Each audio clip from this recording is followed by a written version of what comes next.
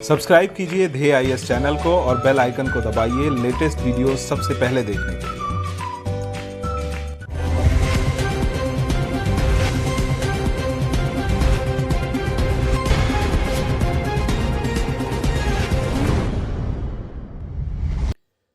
किसी भी देश या समाज में विकास कोई लक्ष्य नहीं बल्कि एक सतत चलने वाली प्रक्रिया होती है।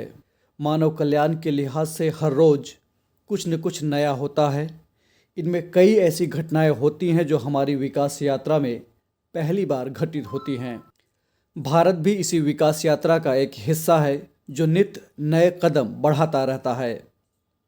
डीएनएस में आज हम आपको किसी विषय विशेष के बारे में नहीं बल्कि कई विषयों के बारे में बताएंगे।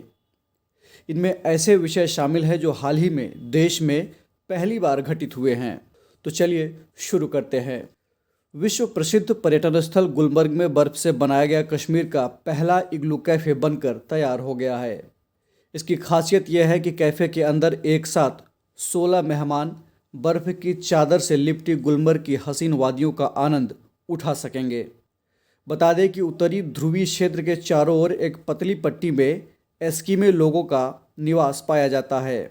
मौसम की चरम अवस्था के चलते एस्किमो स्थायी घरों में नहीं रहते बल्कि ठंड से बचने के लिए बर्फ़ के टुकड़ों से घर बनाते हैं। इन्हीं घरों को इग्लू कहा जाता है। ये घर बर्फ़ के होते हैं लेकिन अंदर से ये बहुत ही गर्म होते हैं। देश का पहला पॉलिनेटर पार्क उत्तराखंड के नैनीताल जिले के हल्द्वानी में बनकर तैयार हो गया है। यहाँ तितलियों, मधुमक्खियों, पक्षियों और कीटों की 50 से ज़्यादा प्रजातियाँ मौजूद हैं। पॉलिनेटर का अर्थ होता है परागण सहयोगी। इस पार्क को विकसित करने का मकसद तमाम पॉलिनेटर प्रजातियों को संरक्षित करना, इस बारे में लोगों को जागरूक करना और परागण के तमाम पहलुओं जैसे उनके आवासों पर खतरे तथा प्रदूषण का उन पर प्रभाव आदि पर शोध को बढ़ावा देना है। बता दें कि वैज्ञानिक अर्थ में परागण वर्तिकाग्र यानी स्टिग्मा, अंडाशय यानी ओवरी अथवा बीजांड यानी ओव्यूल पर परागकण के पहुंचने की क्रिया को कहते हैं। इससे गर्भाधान के बाद फल और बीज बनते हैं।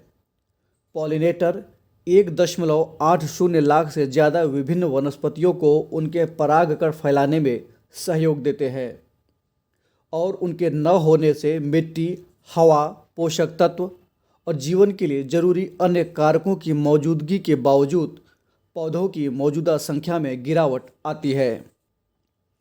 पश्चिम बंगाल परिवहन निगम ने नौका पर एक पुस्तकालय यानी बोट लाइब्रेरी की शुरुआत की है। देश में अपनी तरह की ये एक अनोखी पहल है।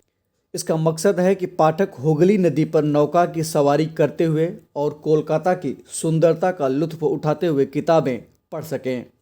यंग रीडर्स बोट लाइब्रेरी पर बच्चों के लिए अंग्रेजी और बांग्ला भाषा की 500 किताबें उपलब्ध हैं।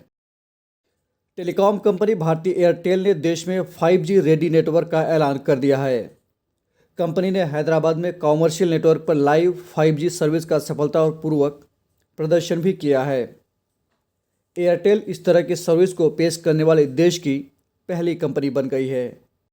5G नेटवर्क के जरिए तेज़ गति से अधिक मात्रा में डेटा भेजा जा सकता है क्योंकि आवृत्ति अधिक होने के कारण ये आसपास के संकेतों से बहुत कम प्रभावित होता है।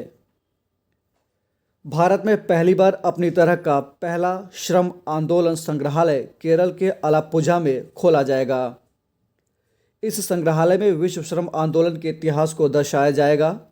संग्रहालय विश्व श्रम आंदोलन और केरल के श्रमिक आंदोलन के इतिहास को चित्रों, दस्तावेज़ों और अन्य प्रदर्शनों के जरिए प्रदर्शित करेगा।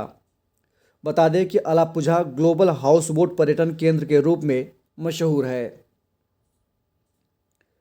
बीते 5 जनवरी 2021 को ओडिशा के मुख्यमंत्री नवीन पटनायक ने देश में अपनी तरह के पहले फायर पार्क का उद्घाटन किया। इसका मकसद आम लोगों के बीच अग्निशमन सुरक्षा से संबंधित उपायों के बारे में जागरूकता पैदा करना है। ये फायर पार्क भुवनेश्वर में ओडिशा फायर एंड डिजास्टर अकादमी परिसर में मौजूद है। बीते दिनों खादी और ग्रामोद्योग आयोग द्वारा पर्यावरण के अनुकूल, जीवाणुरोधी और गैर विषैला पेंट पेश किया गया। इसे वैदिक पेंट का नाम दिया गया, जो अपनी तरह का पहला उत्पाद है। इसमें मुख्य घटक के रूप में गाय का गोबर शामिल है। यह पेंट सस्ता है, गंधहीन है और साथ ही इसे भारतीय मानक ब्यूरो द्वारा प्रमाणित किया गया है। इस तकनीक से पर्यावरण के अनुकूल उत्पादों के लिए कच्चे माल के रूप में गोबर की खपत बढ़ेगी और किसानों तथा गौशालाओं को अतिरिक्त आमदनी होने की उम्मीद है।